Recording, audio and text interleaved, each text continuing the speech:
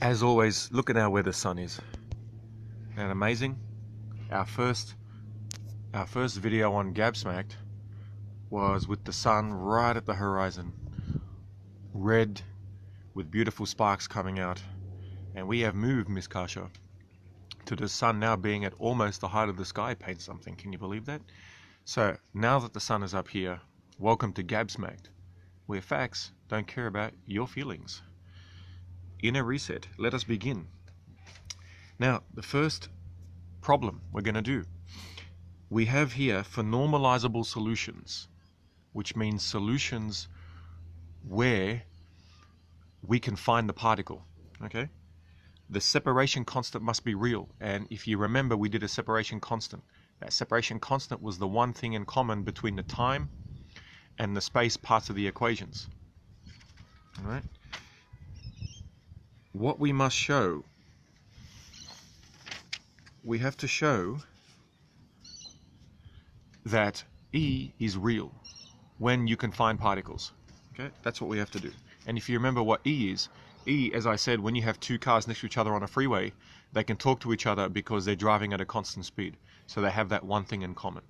All right, that is the whole point. Hello, Will Brooks. Hello, everybody. All right, so now let's solve that equation. So if you remember from before, we were able to separate the Schrödinger equation into the space dimension and the time dimension. Okay, we did that in one of the lectures. And what we do is we're going to prove, here we go, if it's normalizable. Okay, let's do this. Okay, so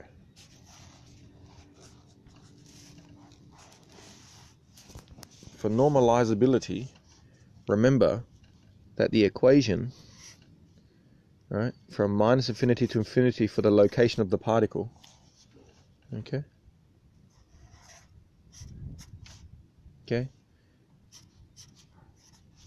squared dx equals 1.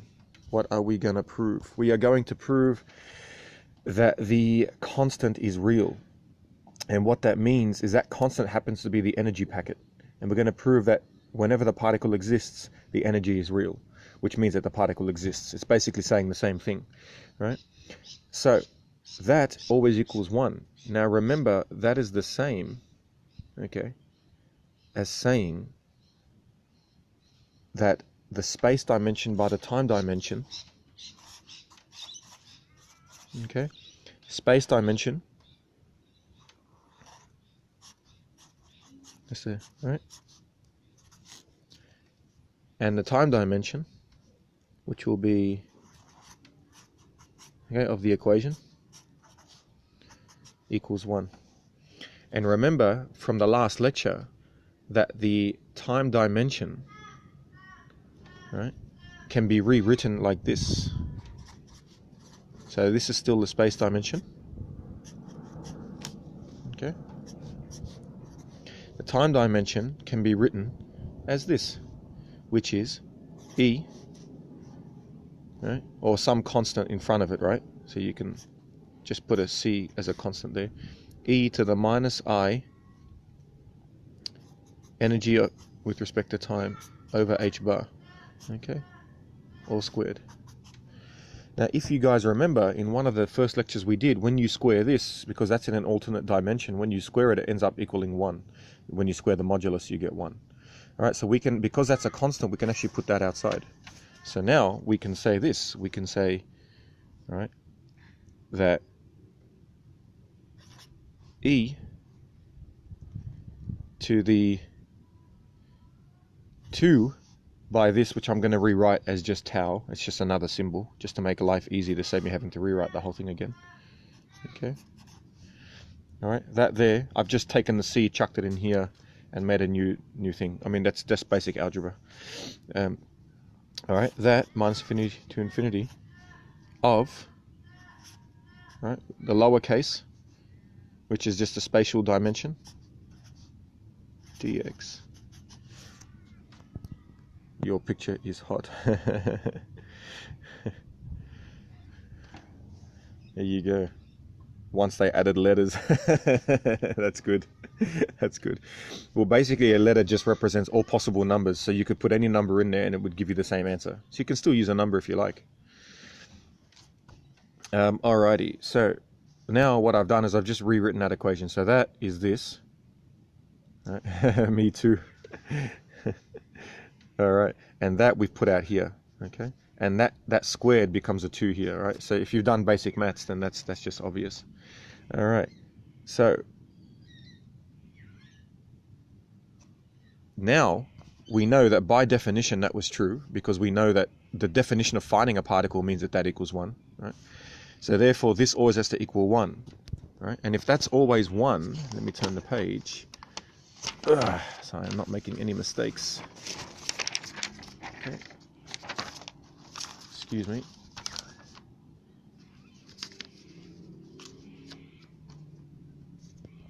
All right. If that's always 1, okay, then this here has to equal 1, because we know that this part equals 1. Yeah, absolute. You can call it absolute. Absolutely. You can absolutely call it absolute. Okay. And if that equals 1, then we know that this thing in here, oops, this thing in here is a combination of an imaginary and a real section, and they are both independent solutions. All right, and if you haven't done calculus at uni, that won't make sense. If you have, then it does. And if they are both possible solutions, and the real value is always a solution, which means that the energy is always real. But what's interesting about the mathematics is that whenever you find a particle, there's another particle in another dimension doing the opposite thing. That's what mathematics tells you, right? That was quite unbelievable that they discovered that before they actually found the particles. All right.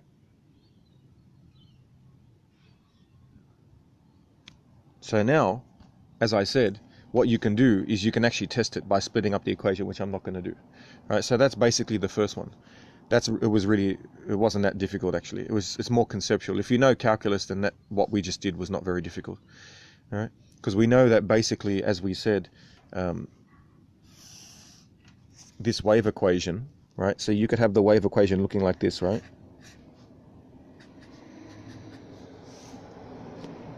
A sine kx plus b. The wind is coming back. Frickin' wind.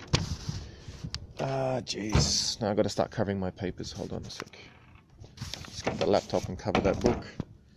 Alright.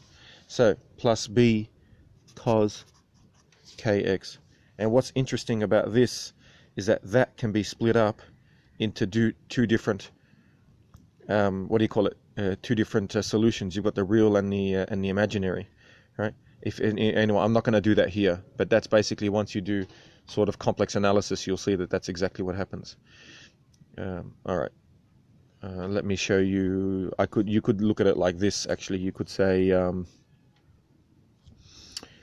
me try and work this out. It could be something like C1. I don't know. C1 sine kx plus C1 cos kx plus C2 sine kx plus C2 cos kx, where these ones are I in front of them. So, these are the alternate dimension and the real dimension. And when algebraically, you can rearrange these to get that. Taylor expansion, close. Yeah. We're going to do some Taylor expansion pretty soon, actually. So that's pretty good. All right, so that solves problem 1. Now we're going to go to problem 2. Where am I? All right, the second part of the problem. Excuse me, as we move over the page. All right, we're going to get a tripod at some point, I think. We will see how we go. It's not bright enough. What's going on? All right, the second part of the problem is as follows, my good friends. It is the time-independent, right? The time-independent wave function, okay, which is the spatial part of the function, the wave function, to find the particle, can always be taken to be real, unlike x at t, which is necessarily complex. This doesn't mean that every solution to the time-independent Schrodinger equation is real. What it says is that if you've got one that is not, it can always be expressed as a linear combination of solutions with the same energy that are. So you might as well stick to that is real. Hint, if blah blah blah, okay, we have to prove this. If x, so it doesn't, no. So what we have to prove is that the spatial direction is always real. Okay? In other words, if you have a skipping rope, right? The skipping rope, right? If we take a snapshot in time and that skipping rope tells you all the locations of the, potentially of the particle at that instant in time, those locations are going to be real. In other words, they're going to exist in this universe. That's what we're showing. All right. Oh, this sun is so good. All right. So now let's prove it. Okay. So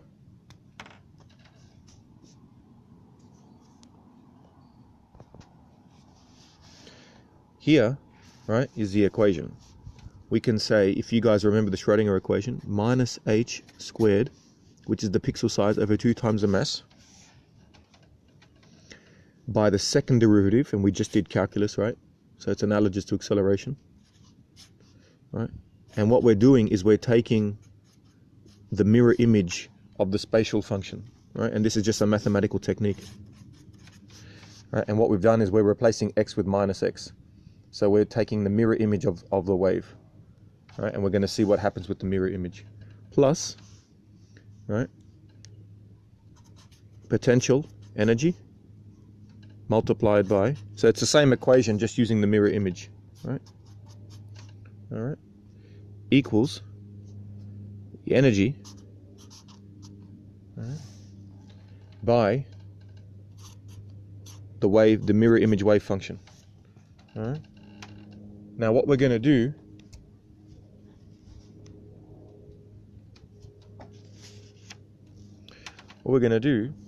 is we're going to show, right,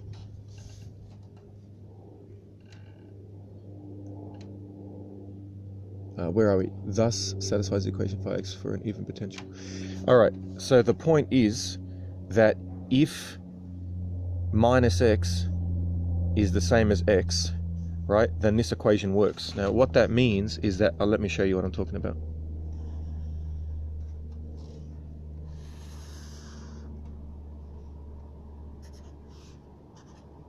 Here is x, right, and then here is the wave. So let's say the wave looks like this. This side is the mirror image of that side. Can you see that? So if you put a mirror here, you're going to get that. Okay. So if I stick a, basically, if I stick a mirror on that, right, I get that. And that means that we have some symmetry. And if we have symmetry, then the answer for V is going to be real, because this is V of x. Okay.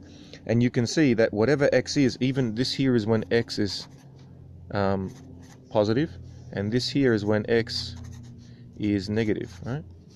And even when x is negative, we still have a positive value for the energy. That means, right, that we have an even function. But if we didn't have an even function, we could have this, right? We could have that. That's an odd function. That means that if you stick the mirror there, it's not going to appear, but it's sort of like a funhouse mirror where it twists it upside down and puts it over there. So you can see, as this is now V of x, and this is now weird because the energy becomes negative when x is negative, okay, when the distance of the particle is negative. So that's a weird thing that can happen. In that case,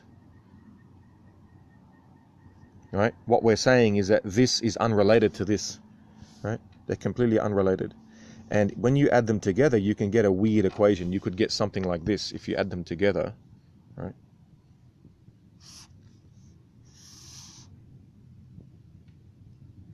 That's awesome. Thank you, Danny. That means a lot, man. Thank you. All right, if I add this half together, right, it's going to just be double the size. So I'm going to get something like that, right? And then if I add that and that together, they cancel out, and I get this, right? So now that plus that actually makes this, right? I'm okay, I had breakfast already. Thank you. So here, all right, what we can see is that if x is positive, it goes through the roof. If it's negative, it's that. So the whole point is that, as I say, and I've said this before, when I talk, right, or when anyone talks, your voice is a combination of you know, hundreds or thousands or millions of waves, right? All little different waves, and they all add together to make a weird wave, right? And what they're trying to say is that with the equation, right, it's a sum of other waves that are not related.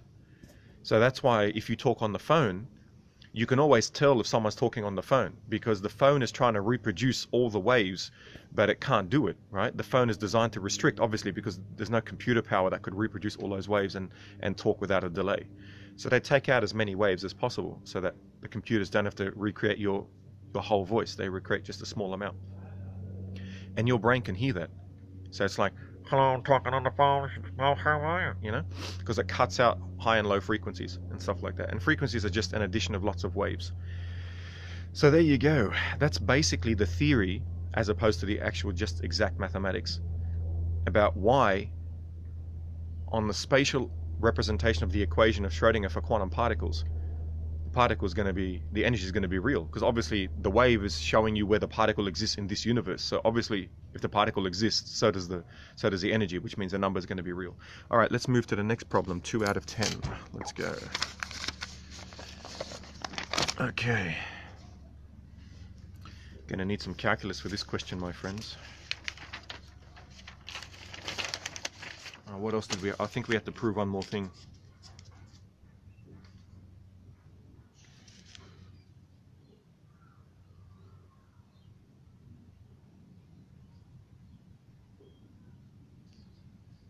What do we got here? We had to prove if the function is an even function, then can always be taken to be either even or odd. I didn't solve that one. Hold on a sec. Let's have a look. Yeah, that's fine. It's not that important. I half solved it anyway. All right, 2.2. We have to show that the energy must exceed the minimum value of the potential energy for every normalizable solution. Normalizable solutions means that the particle exists somewhere on that wave in the location we're looking for it. All right, so like when you, as I've said before, when you lose your phone, the equation to find your phone is normalizable if your phone exists where you're looking for it. So if you define where you're looking for it to be in your house, and the phone is, you know, the phone's 100% somewhere in your house, right, then the equation can be restricted to just your house, and it's normalizable. In other words, the integral of the function, absolute modulus of the function squared, equals 1, and 1 is the 100%. In other words, we're gonna find it if we look for it in this location. Okay, so what we have to do, what is the classical analog to this statement? Okay, what is the analog to this statement? In other words, what we're going to do is we need to convert, well, I just did it. I just gave you an analogy, right, to show you what that means about being normalizable. But what I'm going to do now is show you an analogy in classical physics. So in other words, in real world physics, I'm going to show you what analogy is similar to the quantum version. Okay, let's do it. Okay, so let's start. We're going to get the equation, okay, and then we're going to use the equation to show you what it can look like in classical mechanics. Let's do it. So the first equation, without the freaking wind blowing me to pieces again, which it might do. Let's go. Okay, so here's the Schrodinger equation again, and I've just rewritten it slightly, which is d2 of the spatial version, okay, of the equation with respect to x, right? So the second derivative, as you remember, as I said, analogous to acceleration, equals 2 by the mass over h bar, which is the pixel size squared. Are you a physicist or a mathematician? I am a mathematician who is studying theoretical physics. So sort of both, I guess. Outside of the potential minus, but this is a physics lecture, so I'm not doing heavy maths in this lecture. All right, by the spatial version of the wave equation. Awesome. You are more than welcome, homie. Oh my God. All right. So now, if, right, what we wanted to do is we showed that if the solution is normalizable, right, then this has to be bigger than this, right? This has to be bigger than this. So therefore, what we're going to do is we're going to show what would happen if this is smaller. Well, if that is smaller than that, then that minus that is going to be positive, right? So let's rewrite that as some sort of positive letter, right? Let's just call it, I don't know, let's just call it Q. Q if V minus E is greater than 0 for all, that means for all X, and I believe X is real, so X is real. Okay, so that's all we're doing here, and we'll call that Q. Looks like a 9, sorry, call that a Q. All right, so now we can rewrite this. We can say that the 2, right, spatial equation over, so the second derivative of the spatial equation equals 2 by the mass over h squared, then by something called Q, and then the spatial equation. All right.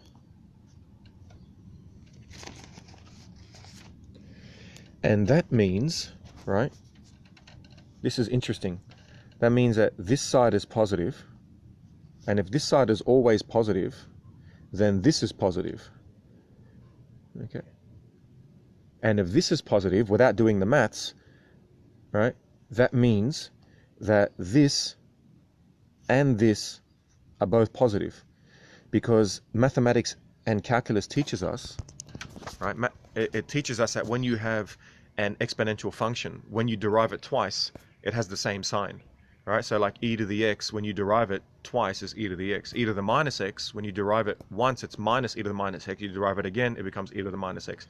So the original and its second derivative always have the same sign, right? That's something from mathematics. So if that's the case, right, then where am I here? Okay, if that is positive, right, then the graph is going to look like a much more complicated version of this, right? Now that's a problem. Why? I'll show you why. Because what happens, right? Here is, remember what I've done before? I've done IQ. Remember I said, if you remember before, I said, let's say the average IQ is 100. And this is the distribution of IQ. Right? So that's a bad drawing. That's supposed to be in the middle. That means that there are less and less people who are geniuses compared to people who are average. And there are less and less people who are mentally challenged compared to those who are average, right? But look at this graph. This graph is the reverse.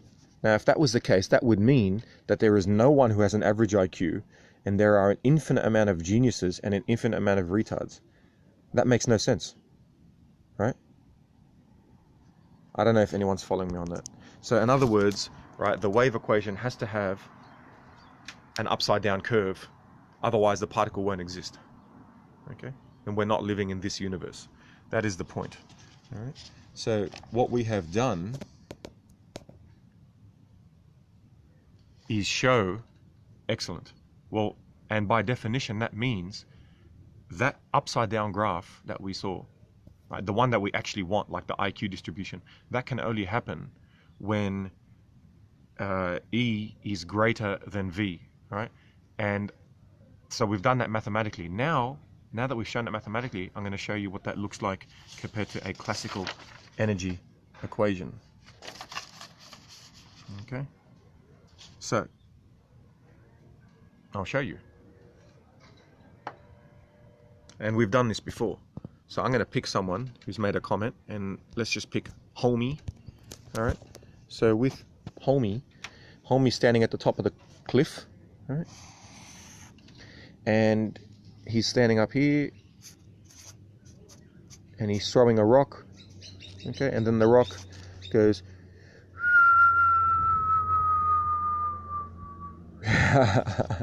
That's true, I feel the same. All right, you throw the rock down. At the top, let's assume that you actually just drop the rock. That means at the top, you've got max potential energy, and at the bottom, you've got max kinetic energy. All right, and then in the middle, it's a combination. So the potential energy is going down, the kinetic energy is going up.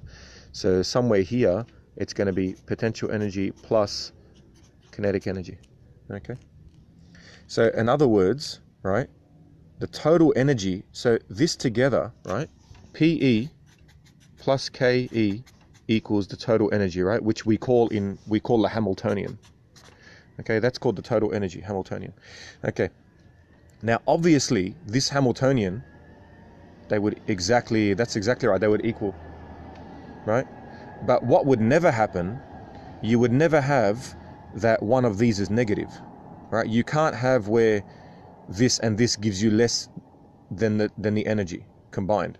That makes no sense. So you can't get, for example, this and this is somehow greater than that, right? So if PE plus KE was greater than H, right, that would mean that the total energy is less than the sum of the individual energies. How would that even make sense? That's sort of, that would be that when you throw the rock went upwards, right?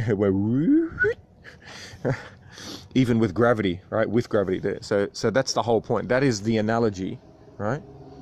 This here is that, it's always, there's always max PE, which is equal to the total energy, and max KE at the bottom is the total energy, and in between it's the sum of each, right? And that is exactly as saying that this can never be true.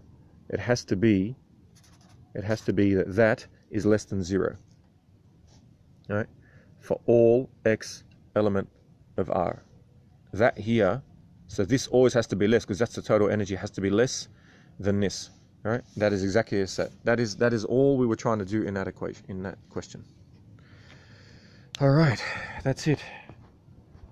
Now, let us go to problem 2.2.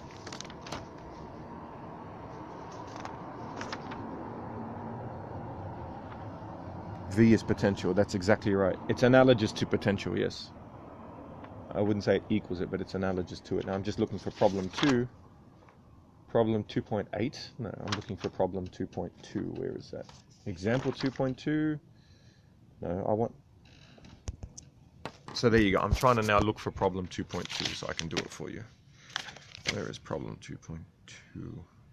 Problem 2.2. There we go. Alrighty. It was way back on the last pages. Sorry about that. Alright, let's get back to this, baby. Oh my god. Bitches. Oh yeah. Alright, we're going to do one on climate change later as well. That's going to be fun. I reckon we'll get heaps of people for that one. Alright.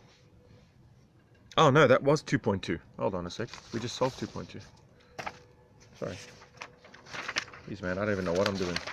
Now, we got to go to 2.3. How's that? That's not bad. We're already up to 2.3 out of the first 10 questions. I'm happy with it. Don't forget, man, subscribe at patreon.com/gabsmacked. And then that way I don't have to go drive buses and can do more of these lectures. That's exactly what will happen. And you will get private videos I talk about with our Patreon members. Pretty cool stuff that I don't put out, It's more politically incorrect type of stuff. All right, so let's go to problem 2.3. Problem 2.3, problem 2.3. Where are you? Sorry, man, I'm trying to find problem 2.3. Problem 2.3, there we go. Got it. Okay, let's get cracking. So, we have to show that there is no acceptable solution to the time-independent Schrodinger equation, in other words, the spatial version of the quantum particle wave function, okay, for the infinite square world with energy 0, energy less than 0. All right, and if I did the infinite square world before, where we had Nelly drop into the well and she couldn't get out because there was no floor. All right. So, let's do it. Okay.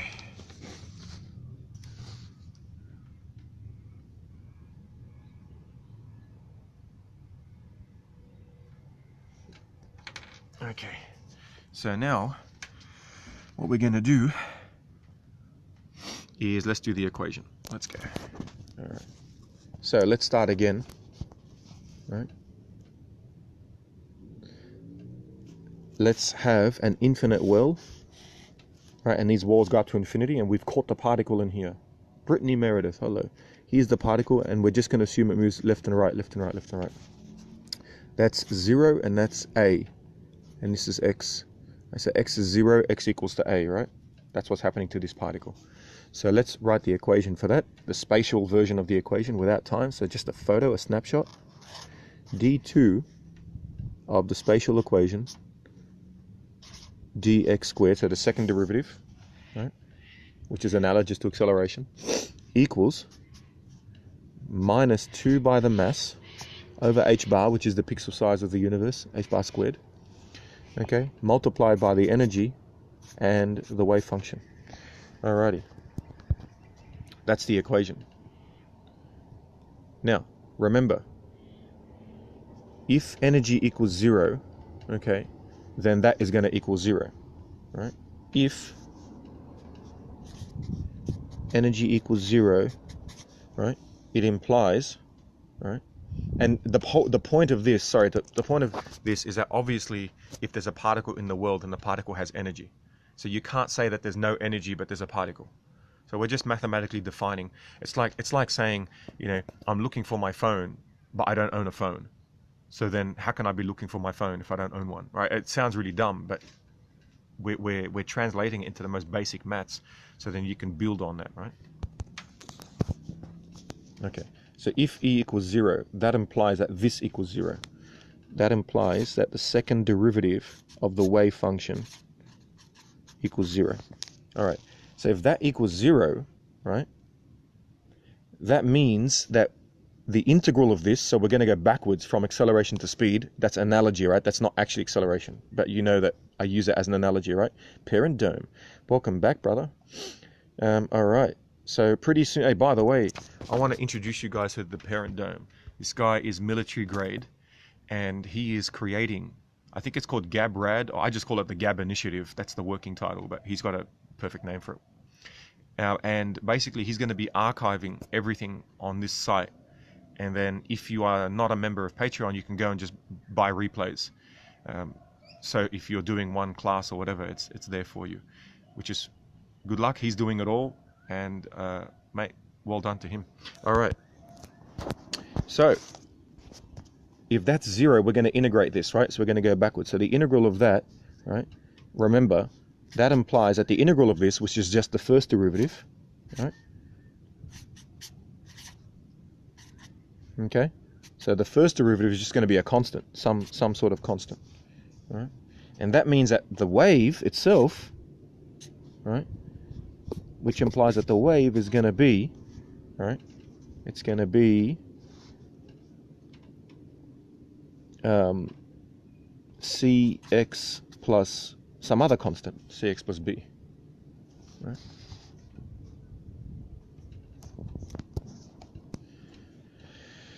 All right, so if that's the case, right, if this is the case, then this is going to be a very weird equation. Why? Because it's going to look like this. That's b, and then c of x, it's going to be that. And remember what I said before about IQ. Imagine if your IQ looks like that, right? The IQ distribution, right? Well, that's like saying, you know, imagine if the average IQ is 100. That means that the further you go to genius level, there are more people, and the further you go retarded level, there are negative people. What does that even mean, right? So clearly this can't work. So therefore, right? Therefore, E can never equal 0, since phi is not normalizable, right?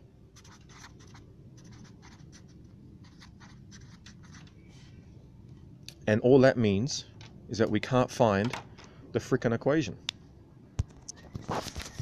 That's all it is, right? So the question asks us to prove that the equation doesn't work when E equals 0 and also when E is less than 0. So we've proven for E equals 0. In other words, as we said, right, if E equals 0, in other words, there's no energy, how can there be a particle? It makes no sense, right? The other thing is now less than 0. Less than 0 is like what we said when we threw the thing off the cliff, right? You know, when you drop the rock off the cliff and it goes, right? We know that the total energy has to be the sum of the potential and the kinetic energy, right? You can't have where the energy is less than the total. That makes no sense, because then it's like if you drop the ball, even when there's gravity, it would go upwards for no reason, right? And in this universe, that can't happen. It might happen in other universes, we don't know. All right, so now we're going to say what happens if it's negative. Well, if it's negative, this is what happens. Have a look at this. The original equation, right, turns into this. The original space Schrödinger equation becomes this: d squared psi, over dx squared. I always write it as phi, and it should be psi. So there's a break there. There's no. All right, it's like a devil's fork. I think in Greek it's called psi. Anyway, equals, instead of being negative 2 times the mass, because E is now less than 0, it's going to cancel out with the negative. So it's going to make it 2m over h squared, h bar squared, which is the pixel size of the universe. E, there it is. So what we're saying is that, right, and that are both positive. Well, that's going to be a bit weird, right? Because if that's the case, right? If that's the case, and that's positive, then we're going to get this. We're going to get that.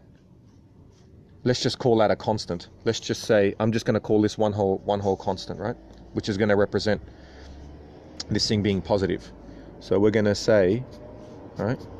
We're going to say that the second derivative, which is analogous to acceleration, equals, right, second derivative, right, equals, and let's just call that k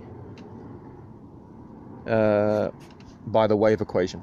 If we integrate this, okay, if we integrate this, we're going to get that d, so just, we're going backwards, so that's analogous to acceleration, that becomes analogous to speed. So that applies that, right, is going to be, sorry, what have I done?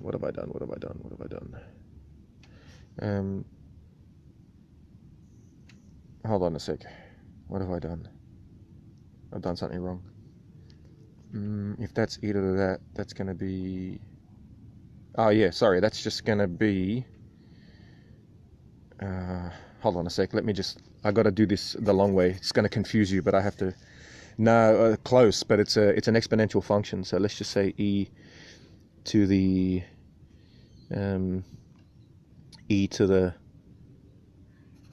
lambda x, right? If I integrate that, then I'm going to get that, that's going to be k over lambda e to the lambda x, and which implies that the wave function is going to equal, sorry, just to pretend that this is the wave function, I've overcomplicated it a bit, sorry about that, k over lambda squared e to the lambda x.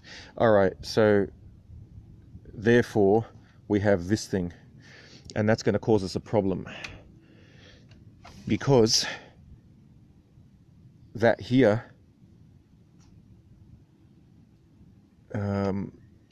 and that's the wave function. So then we're going to have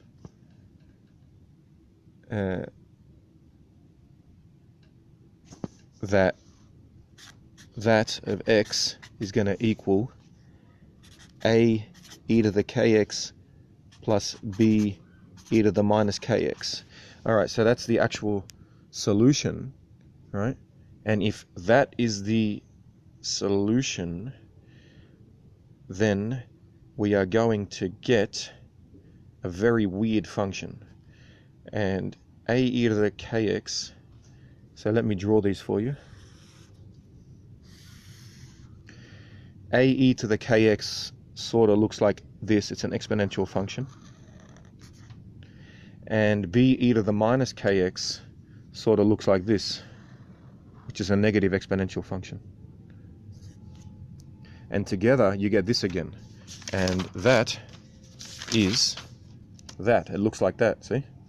And you can't have that.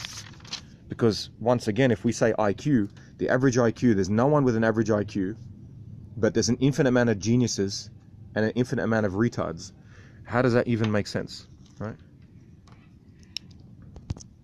So if I'm looking for my phone in my house, the chance that it's in my house is 0, but the chance that it's out of my house increases to infinity, right? To the right side of the house and the left side of my house. So how can the phone be in my house if the chance of it being outside of my house is infinity?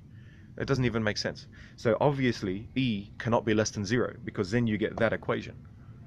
And E getting that equation means that that can't happen. So we've proved mathematically that if you drop a ball off a cliff, right, it's not going to just magically go upwards. It has to fall downwards, okay? So that's what we've done. That is problem 2.3. Congratulations. Let us go to 2.4. We are almost halfway through. It's funny, like people think quantum mechanics is difficult. It's not really when you sort of drill down. If you have a bit of knowledge of maths, which is just a language, right? If you had time to, like I said, once I get the Patreon members, Newton and Apple Tree, yeah, pretty much, yeah, basically, yeah, it's pretty much like that. If I had, once we get to about 2,000, because I need 2,000 because it's $1 a month, so 2,000 will be $2,000, which will be enough to cover my rent, and I can sell my vehicle and then just do maths at home all day. So I would actually teach you guys the mathematics of calculus, and I'd give you guys exams too, and then you could solve them and send them back to me, and you'd know how good you were basically. And then you could just enroll into a uni, and with the prior experience you can get accreditation actually. It's not the same as actual accreditation, because you'd still have to do an exam, but it would be enough that you'd have prior knowledge and you'd go in and smash your course. So it's a massive benefit in doing that. But we'll get there. That's my plan. All right, let's get to problem 2.4. Okay. All right, here we go. What do you think of Khan Academy? I like Khan Academy. I like it a lot, actually. I don't do the tests and stuff, but I used to use it when I was doing my undergrad, because sometimes I felt his teaching, at least for the first year of mathematics, his stuff was better than the actual lecturers. So yeah, the thing I like about Periscope is I can answer your questions. You went through all of it. It's pretty good. That's why you're the champ wise, my friend. That always boggles my mind. He's got a van and it just sounds like it has a petrol engine. Why would you put a petrol engine in a van? Very strange. Can't tell. It might be diesel, but 90% sure it's petrol. All right. The next thing we're going to do is now that we've done that, and we've done statistics before in our last lectures, we are going to find the average values of the location and the momentum and the standard deviation. This is heavy maths. Well, it's heavy for compared to the last questions, right? So we're going to do this. Are you ready? Let's go. Now we're going to find the average value of x. Okay, so where x is probably going to be. Let's do it. Okay. Getting harder and harder to tell difference between petrol and diesel from sound. Now that's true, actually. Yeah, that's true. Alrighty. So what we want is x. Okay. And if you guys remember from one of the last lectures we did, right, the stationary state of an infinite square well, okay, is given by this equation. Okay, and first of all, x, it's the integral from 0 to a, right, in the well. So from one side of the well to the other. Come back. Come on, focus up. You can do it. There we go. All right. So that to that of the wave modulus, which you can call absolute value, but it's modulus squared dx. So equals 1. Okay, that means that the particle exists somewhere between 0 and a, equals 1. Okay, now we have to find what the actual equation is. Well, we did this in one of our last lectures. we said that the stationary state in an infinite square well, right, the stationary state in an infinite square well is given by this equation, which is actually the Fourier series if you've done advanced maths, right? So 2 over a, and it's the square root of that, right, by sine, if you know trigonometric functions, n pi over a x, okay, and modulus is absolute. In one-dimensional mathematics, modulus and absolute are the same. In multi-dimensional mathematics, modulus gives you just the absolute length of a vector. So I'll give you an example. I'm going to give you a two-dimensional number. Let's just say that on this axis, right, we have the number 2, and on this axis we have the number 1. Okay, that's a two-dimensional number. So we draw the line, right, and just call this axis I and this axis x.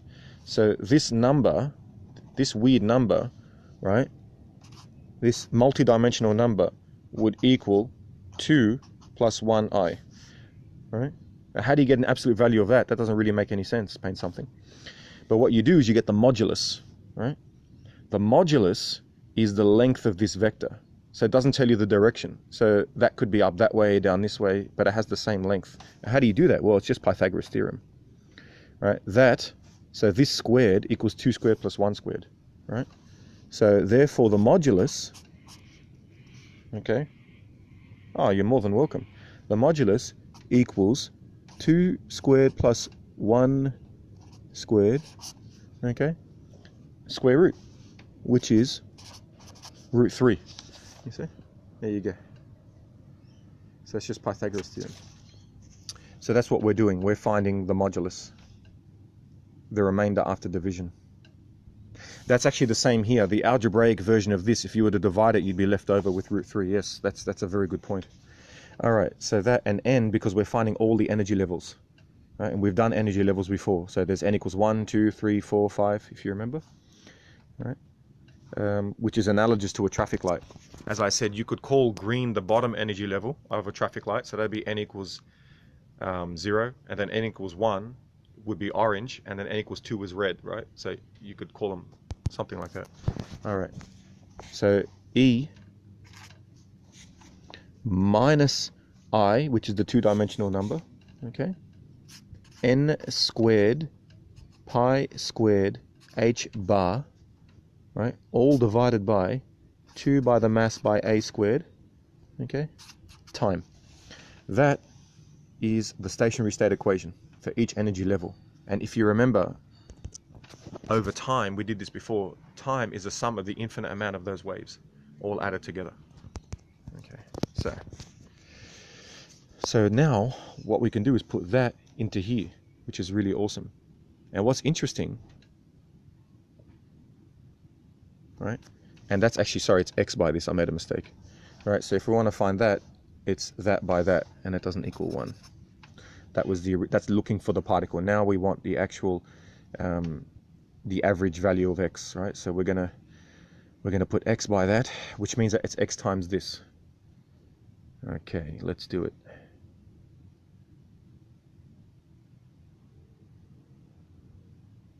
Okay, well, what's interesting, so x, right, this thing here, right, which is the average of x, right, is going to equal the integral from 0 to a of this whole thing squared. But remember from complex mathematics is that when you square this, right, the absolute value of this squared, you're going to get 1, because it's like this, right? This is the conjugate version, so that's the mirror image version over the x-axis.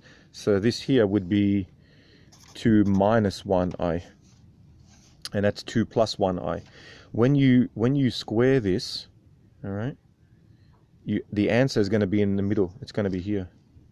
Okay, so you're just going to get 1. Okay, now why is that important? I'm not going to teach that to you today because that's more mathematics, but when you square that you get 1. And the thing is that this here equals 1, so it disappears, right? So then you're left with just this, which will be 2 over a, because root 2 over a squared is just 2 over a, and then this thing here, which is sine squared, right, because that means we're squaring this thing, n pi x over a, okay, dx. There you go. Now what we can do is we can integrate that, and if anyone remembers their trigonometric functions, what's sine squared x equal? Isn't it something like 1 minus or 2 minus 2 cos 2a or something? I forget, but it's something like that. And when you integrate that, you are going to get a over 2, and that's pretty obvious, because if you have an infinite square well, right, and here is 0 and here is a, right, and the particle is here and it's going backwards and forwards, dung dung dung dung dung, right, the average location is going to be in the middle, obviously, right? That's why a over 2 is right here. So the average value is a over 2. All right. So now we have one part of this normal distribution. So here is the distribution of the particle, right? And the location. That's a over 2. That's 0. And that's a, right? And we know that the particle is going to be half x minus quarter sine 2x. Legend. You are the champ, my friend. So we could integrate that, but I'll do that on my calculus videos. Okay. So there, right, the particle is going to be somewhere in here.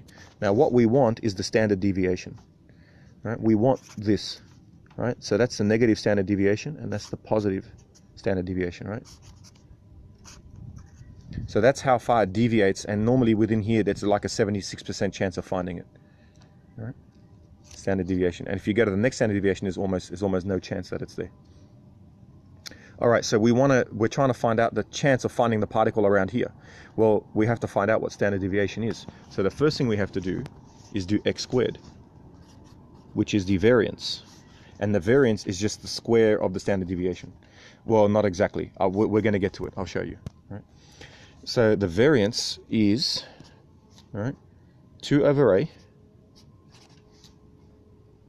same as before, 0a. It's almost identical to this equation, right? Where are we? Up here. Except for x squared, that becomes x squared. That's it. And you'll see it now. So it's going to be x squared in here by sine squared n pi x over a, all right, dx. And that is going to equal, using integration tables, which I'll show you how to do when we do our calculus thing, but we need some Patreon subscribers, equals a squared 1 over 3 minus 1 over 2n squared pi squared. Okay, so that is what we got for this. Now, why do we want that? Because we want the square of the standard deviation. And here it is, the square of the standard deviation for the location, right, equals, right, this, which we just found, minus the other one that we found, all squared. Which is easy, because all we have to do is get that, and then take it away from this squared. Right? And when we do that, we are going to get n squared pi squared minus 6 all over 12 n squared pi squared a squared. That's it. Now, why is that important? It's important, right? Sorry, that's I missed one thing. That is squared up here. Okay. Why is that important? Well, first of all, that was important because we needed to put it into this equation. And this was important because we needed to be in this equation. And this is important because that's the square of the standard deviation. And then that allows us to find this, and then we get that, and we square root it. If you square root this, then that is going to be the standard deviation. That's it. So now we have the equation for the standard deviation. And why is that important? It's freaking important because now we know the probability of finding the particle in a given location, right? So let's say we can say that if it's in your house, the chance of finding it in the main room of your house, between the edge of your main room to the start of your kitchen, for example, might be 76%, right? But what happens if we really need to find the particle? Well, we have to expand it to 90-something%. So now we have to look even further. We have to look outside of your main room, plus maybe the TV room or the other bedroom as well, so that we can, because we don't want to look over the whole house. We want to look at the smallest possible place. I think I can smell. Is that coffee, Dad? It is. Arabic coffee is coming, which means we're going back to Gabsmacked and we're going to talk about the book, because we have raised 20% of the funds for the book. Time to go, my friends. You can find me at Gabsmacked. There's Honest Joe. Go to Gabsmacked and we're going to have Arabic coffee together and talk about the book. See you all soon.